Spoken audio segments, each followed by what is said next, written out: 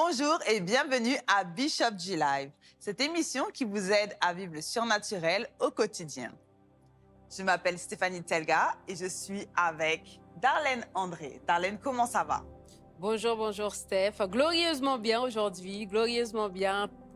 Le rouge te va très très bien Stéphanie. Waouh, j'aime beaucoup. Merci. J'aime énormément. Merci. Très belle couleur. Gloire à Dieu.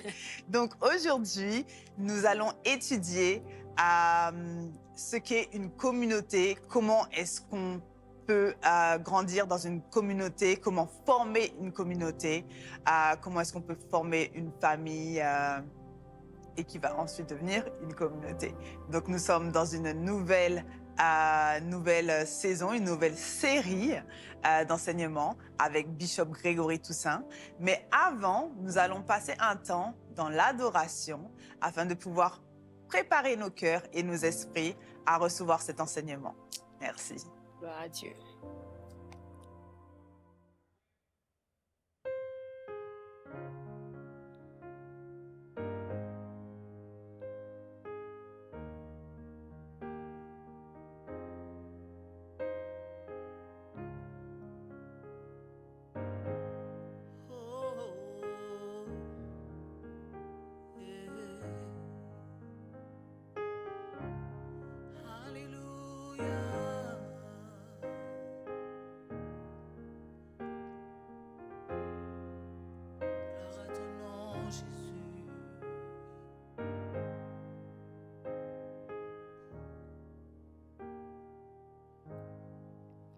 Je chanterai de tout cœur les merveilles de mon papa Yahweh.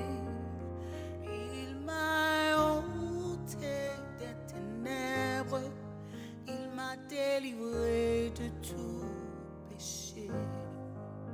Je chanterai de tout cœur les merveilles de mon papa Yahweh. Il m'a ôté des ténèbres, il m'a délivré de tout péché. Mon papa est fidèle, il ne m'abandonne jamais. Je n'ai plus rien à craindre, car Yahweh m'a libéré. Oh, mon papa est fidèle, il ne m'abandonne jamais. Je n'ai plus rien à craindre, car Yahweh m'a libéré.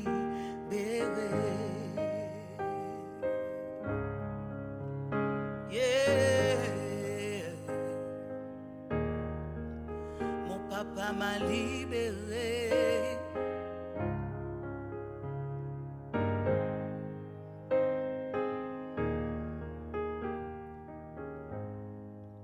Je chanterai de tout cœur les merveilles de mon papa Yahweh.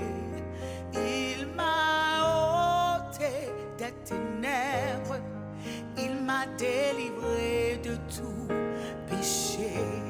Oh, je chanterai de tout cœur les merveilles de mon papa Yahweh.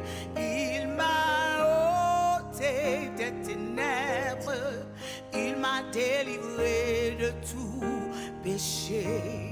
Mon papa est fidèle, il ne m'abandonne jamais. Je n'ai plus rien à craindre, car Yahweh m'a libéré. Ah oui, mon papa, il est fidèle, il ne m'abandonne jamais, jamais. Je n'ai plus rien à craindre, car Yahweh m'a libéré.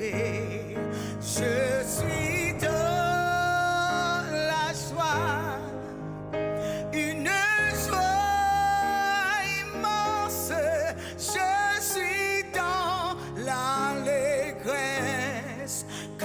Yahweh m'a libéré. Ah oui, je suis dans la joie, une joie immense. Je suis dans l'allégresse, car Yahweh m'a libéré. Mon âme est dans la joie, une joie immense. Je suis dans l'allégresse, car Yahweh m'a libéré. Oh, car Yahweh m'a libéré. Ah oui, Jésus m'a libéré. Oh, mon sauveur m'a libéré. Oh, mon papa m'a libéré.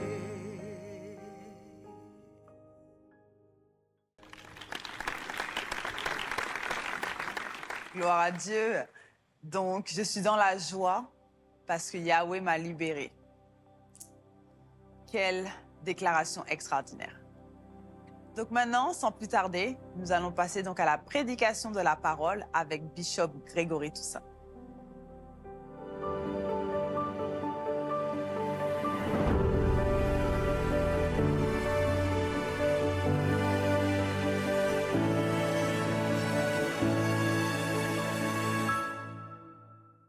Bienvenue dans la famille, nous parlons d'une famille royale.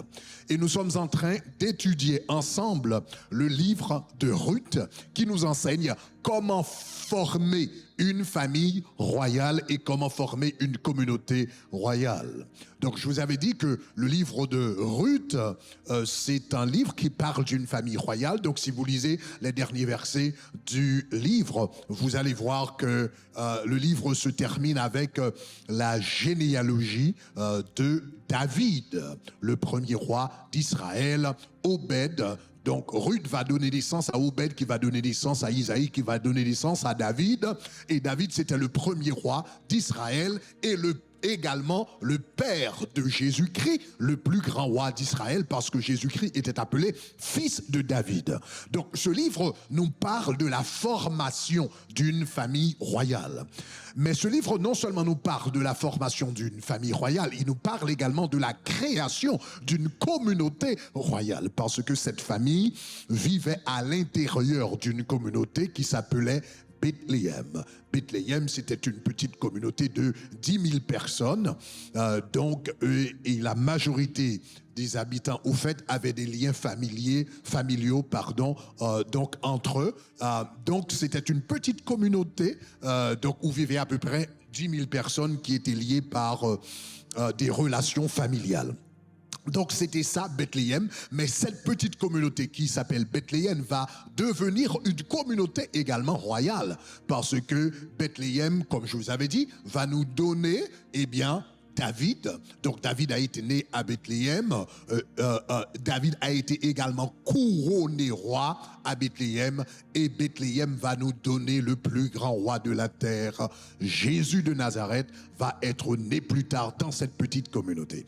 Donc c'est un livre qui nous parle de la création d'une famille royale et d'une communauté royale. Alléluia. Je vous avais dit, expliqué la semaine dernière la différence entre une famille et une communauté. Une famille, c'est un groupe de personnes, c'est un groupe de personnes qui a des liens, n'est-ce pas, qui sont liés entre eux, n'est-ce pas? Les liens peuvent être établis soit par le mariage, soit par l'adoption, soit par l'alliance, etc. Donc une famille, c'est un groupe de personnes qui sont liées les unes aux autres, mais une communauté, c'est un groupe de personnes qui se comportent comme une famille. Cela veut dire qu'il y a des liens entre eux, qui se comportent comme une famille, mais qui s'organisent comme un État, comme un pays, comme un gouvernement. Donc cela s'appelle communauté. Et le peuple juif, c'est l'un des meilleurs exemples de communauté que nous avons. Les Juifs, partout où ils vont, s'organisent en communauté. Donc cela veut dire, non seulement il y a des liens entre eux, donc des liens de bonnes relations donc entre eux, ils se comportent comme une famille, mais ils s'organisent également comme une nation. Donc les Juifs, quand ils arrivent quelque part, ils vivent comme une nation à l'intérieur d'une autre nation. Et c'est comme ça qu'ils vivent aux États-Unis, en France, en Espagne et partout dans le monde. Donc ça, c'est un peu communauté. Maintenant, pourquoi cela est-il important? C'est important parce que la promesse de Jésus-Christ, dans Matthieu chapitre 18, le verset 16, il a dit, je bâtirai mon église. Mais le mot ecclésia signifie, l'une des significations du mot ecclésia, c'est communauté. Il y a autre traduction qui dit, je bâtirai ma communauté. Donc, la version juive du Nouveau Testament dit, et moi, je te dis que tu es Képha, ce qui signifie pierre, et sur cette pierre, je bâtirai ma communauté. Donc, l'Église doit être non seulement une famille, mais l'Église doit être également une communauté. Donc, nous avions vu tout cela la semaine dernière. OK, maintenant, nous allons donc continuer avec l'histoire d'Élimélec. Donc, le livre de Ruth raconte l'histoire d'un homme qui s'appelait Élimélec, n'est-ce pas, qui vivait dans sa communauté à Bethléem. Et Élimélec, c'était un homme très, très influent. Je vous avais parlé un peu de lui. C'est un homme qui avait un sang royal. Son nom, c'était Élimélec. Et généralement, dans la Bible, quand quelqu'un porte Mélec dans son nom, s'il porte le nom de Mélec ou un composant du nom de Mélec ou un variant du nom de Mélec, donc cela veut dire c'est quelqu'un qui a des racines royales. Donc cet homme, c'était un homme de sang royal, c'était Élimélec, cela veut dire mon Dieu est roi. Cet homme était également un Éphratien. Les Éphratiens, c'était les premiers à s'installer dans la terre de Canaan. Et cet homme, c'était un homme riche. Donc, cela veut dire Élimélec, c'était un homme très, très influent dans la contrée où il vivait. Et il était tellement riche que les habitants de la zone, de la communauté, disaient que s'il arrivait une fois qu'une famine frappait, aurait à frapper, Bethléem, cet homme aurait pu nourrir, n'est-ce pas, cet homme il a assez de moyens pour nourrir toute la communauté pendant 10 ans. Il avait assez d'argent, de moyens pour nourrir pendant 10 ans. Donc voilà, c'était un homme extrêmement riche. Et quand la famine est arrivée, quand la famine s'est installée à Jérusalem, cet homme influent, cet homme riche, cet homme qui était considéré comme un père de la communauté, comme un père à Bethléem, la Bible nous dit donc qu'il a pris sa famille, sa femme et ses 2 enfants, cela veut dire sa famille immédiate, et il est parti. Donc il a tourné le dos vers la communauté. Donc la Bible dit, donc nous allons continuer là où l'on a laissé la semaine dernière. La Bible dit au verset 5, ils prirent verset 3, Élimélec, mari de Naomi, mourut et elle resta avec ses 2 fils. Élimélec, qu'est-ce qui est arrivé quand Élimélec est parti? Élimélec était riche, Élimélec était influent, Élimélec était puissant, mais quand une famine donc s'est présentée à Bethléem, quand une famine s'est installée à Bethléem, cet homme qui ne voulait pas épuiser sa richesse, qui ne voulait pas perdre sa richesse, donc il a pris ses enfants et sa femme, et la Bible dit qu'il est allé faire un séjour à Moab. Donc cela veut dire il y est allé temporairement pour laisser passer la famine afin qu'il ne perde pas ce qu'il avait en tant que ressources économiques. Et comme vous savez, cet homme, donc il y est allé et il ne s'en est pas sorti, il ne s'en est pas retourné, il est mort à Moab. Donc le texte dit Élimélec, mari de Naomi, mourut à Moab. Maintenant, Aujourd'hui, je voudrais parler de cette mort. Il est mort à Moab. Nous avons tendance à nous focaliser sur la mort physique d'Elimelech. Mais si vous regardez ce texte de très près, vous allez vous rendre compte que ce texte parle en réalité de 4 morts. Ce texte parle de la mort physique, évidemment, et généralement nous nous focalisons sur cette mort, mais il y en a 3 autres morts dont le texte fait allusion. Et ce texte parle de mort physique, mais il y a également une mort existentielle, il y a également une mort générationnelle et il y a également une mort communautaire.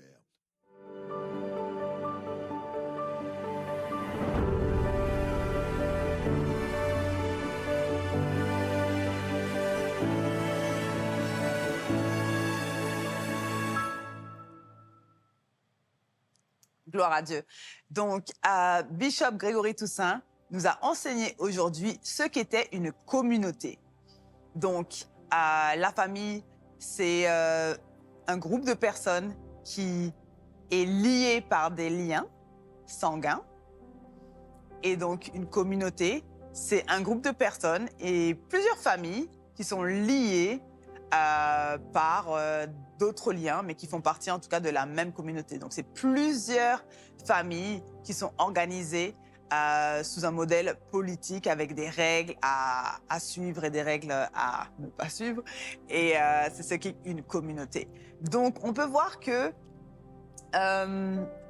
il y a des communautés partout. Donc, quel type de communauté on retrouve dans nos environnements en général? J'entends souvent, moi, en grandissant en France, j'ai le souvenir qu'on parlait beaucoup les Noirs, les Arabes, les Blancs. On était toujours, à mon époque, c'était souvent ça, en fait. C'était souvent les communautés. On diabolisait un petit peu le mot communauté, en fait. On disait souvent, c'est qu'on veut se retrouver avec des gens comme nous. Alors que techniquement, quand on va vraiment dans le mot communauté, c'est pas exactement, c'est vraiment, on va plus dans les détails avec des personnes qui ont des valeurs, des intérêts, des objectifs communs, en fait, qui veulent quelque chose ensemble. Ça peut être des Blancs, ça peut être des Noirs, ça peut être des Arabes, des Juifs, des musulmans, des chrétiens. On veut tous la même chose, on veut tous, en fait, toucher les mêmes personnes, on veut tous, en fait, moi, je vais aller plus loin.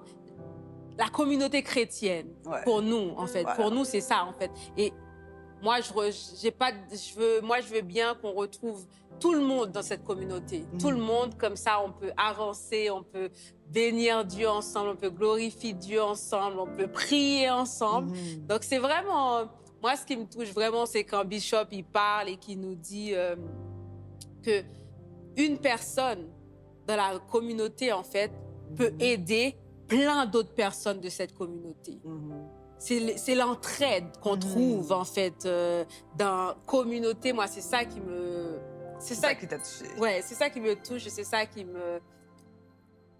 Je suis émue parce que l'entraide, moi, c'est quelque chose qui me tient beaucoup à cœur. Donc, c'est vraiment très, très important pour moi. Donc, gloire à Dieu.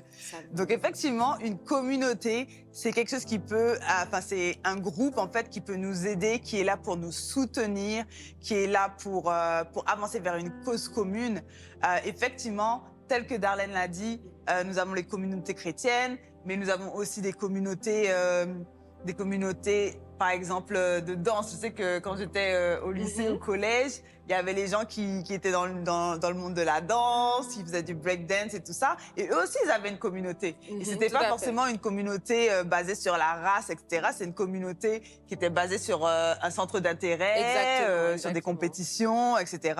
Donc, en tout cas, tout ça pour dire que les communautés, c'est quelque chose de positif, c'est quelque chose qui peut nous aider à avancer, c'est quelque chose qui nous aide à aller de l'avant. Une communauté, c'est là où on peut trouver de l'entraide lorsqu'on traverse, par exemple, des moments difficiles ou quel que soit ce que c'est. Donc, en tout cas, Bishop Grégory nous enseigne ce qu'est une communauté et pourquoi est-ce que nous devons faire partie d'une communauté.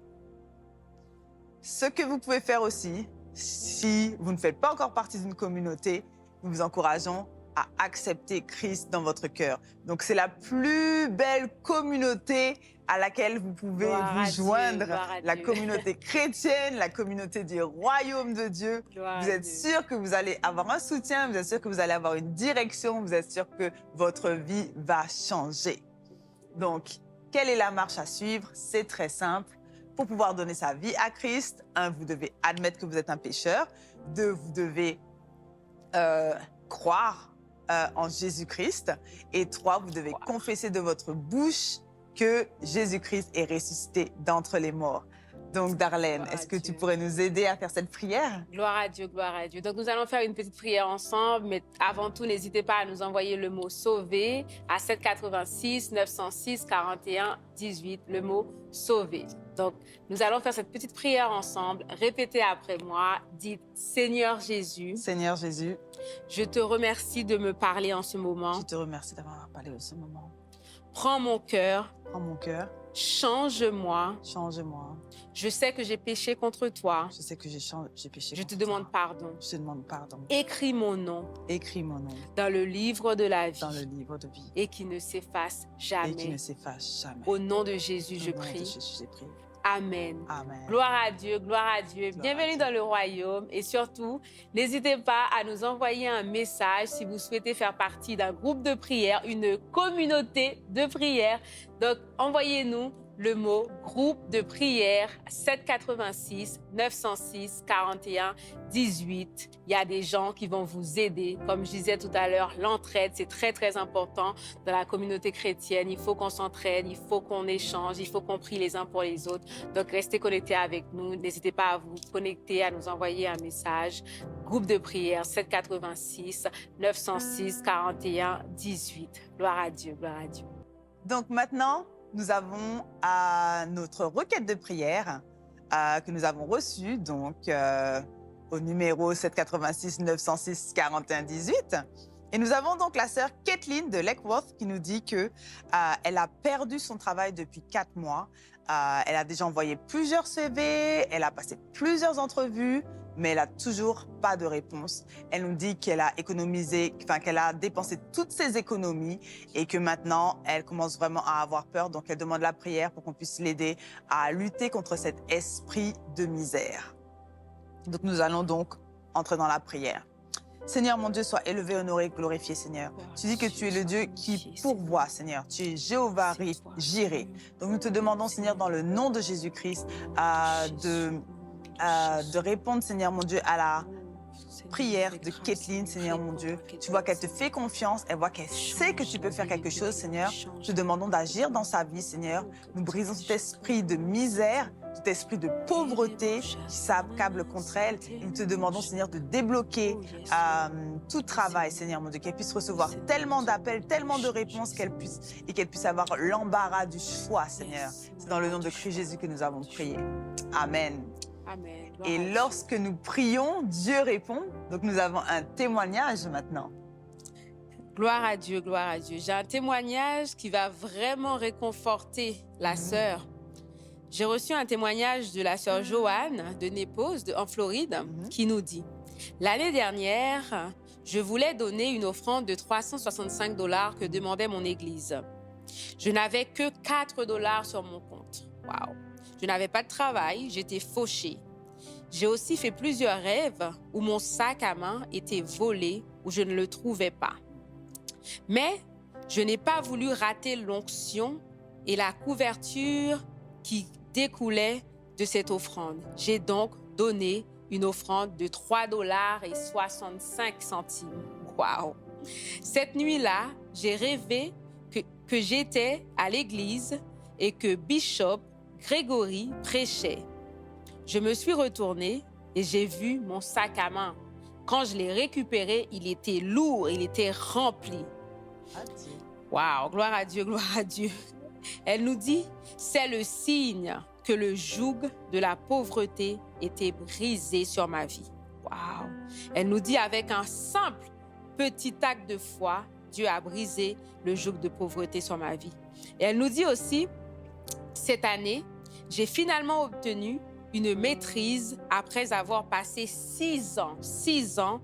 Et j'ai aussi retrouvé un emploi avec le salaire que je voulais. Waouh, Dieu est grand. Elle nous dit, Dieu est bon et je remercie Dieu pour l'onction qui brise le joug de la pauvreté à travers le Bishop G Live Show. Waouh, Dieu est grand, Dieu est grand. Gloire à Dieu. Gloire à Dieu. Nous remercions Dieu pour cela. Donc, comme vous voyez, Dieu, il agit. La sœur priait pour les mêmes choses alors que Dieu venait aussi de le faire dans la vie de la sœur Joanne. Donc, si vous avez un témoignage, n'hésitez pas à nous les envoyer à 786 906 41 18. 786 906 41 18, le mot témoignage. Donc aussi, si vous voulez participer à l'émission, comme la sœur l'avait fait, $3,65, elle a participé et à travers ça, Dieu lui a donné tout ce qu'elle avait besoin. Donc, n'hésitez pas à nous envoyer le mot « donner » à 786 906 41 18, le mot « donner ». Gloire à Dieu. Dieu est grand. Nous avons passé un moment extraordinaire dans la présence de Dieu. Dieu était parmi nous, Stéphanie. Il a agi. Et nous vous remercions d'avoir suivi cette émission avec nous. N'hésitez pas à nous suivre sur Grégory Toussaint Français, sur Instagram, sur Twitter, sur YouTube. Et nous allons continuer à mettre des messages pour vous. Vous allez pouvoir continuer à vous enrichir, à écouter les messages de Bishop Grégory Toussaint. Donc, nous vous remercions encore. Bonne soirée. Au revoir.